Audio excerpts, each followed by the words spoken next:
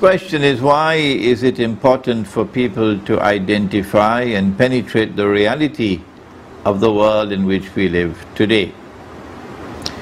The answer is that Islam has come to us from the Quran and from the Prophet Muhammad alayhi salatu wasalam, who himself informed us that there was an age which was to come, which would be known as Akhiru Zaman, the last age, and in which there would be tremendous trials for mankind. Indeed, these were trials and tests that would be unprecedented in human history.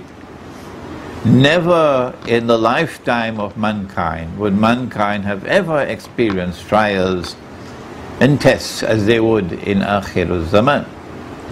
And we were given signs by which we could recognize that age when it comes. For example, he said that there would be tall buildings.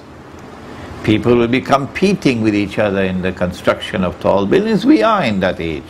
He said that women would be dressed and yet be naked. We are in that age. He said that women would be dressed like men. We are in that age. He said there will be universal consumption of riba. We are in that age. What more do you want to recognize that we are in Akhiru Zaman? And he spoke about Akhiru Zaman as an age in which things are not going to be what they appear to be. Because the mastermind of Akhiru Zaman is Dajjal, the false Messiah. And he said that Dajjal will come with two things, a river and a fire. But his river would appear to be a fire, and his fire would appear to be a river. In other words, the road to heaven would be made to look like the road to hell, and the road to hell would be made to look like the road to heaven. And so if you exercise judgment based only on external observation, you would be mistaken in matters in which you are being tested. And this is what Surah Al-Kahf came to teach us and to warn us about in that encounter between Musa alayhi salam, the Prophet Moses, and Khidr alayhi salam, who was blessed with knowledge directly from Allah, and who with that knowledge was able to penetrate to the reality of things. Musa alayhi salam was confronted with three events: the boat, the boy, the wall. And if you don't know what I'm talking about, it's time for you to go back and pick up your Quran and study Surah Al-Kahf of the Quran. And on all three occasions, Musa alayhi salam, exercised judgment based upon external observation, rational inquiry. And on all three occasions he was wrong.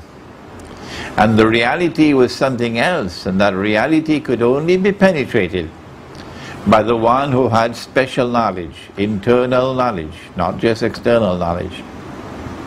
This is that world in which we now live today. And this is why it is so important for us to penetrate and to understand the reality of the world today.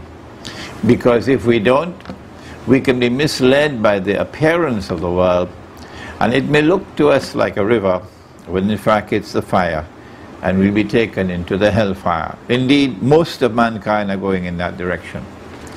And there is a hadith al-Qudsi in Sahih Muslim, in which Allah subhanahu wa ta'ala declared that 999 of every 1,000 in Akhiru Zaman will enter into the hellfire, because they are misled by the appearances and they enter into shirk.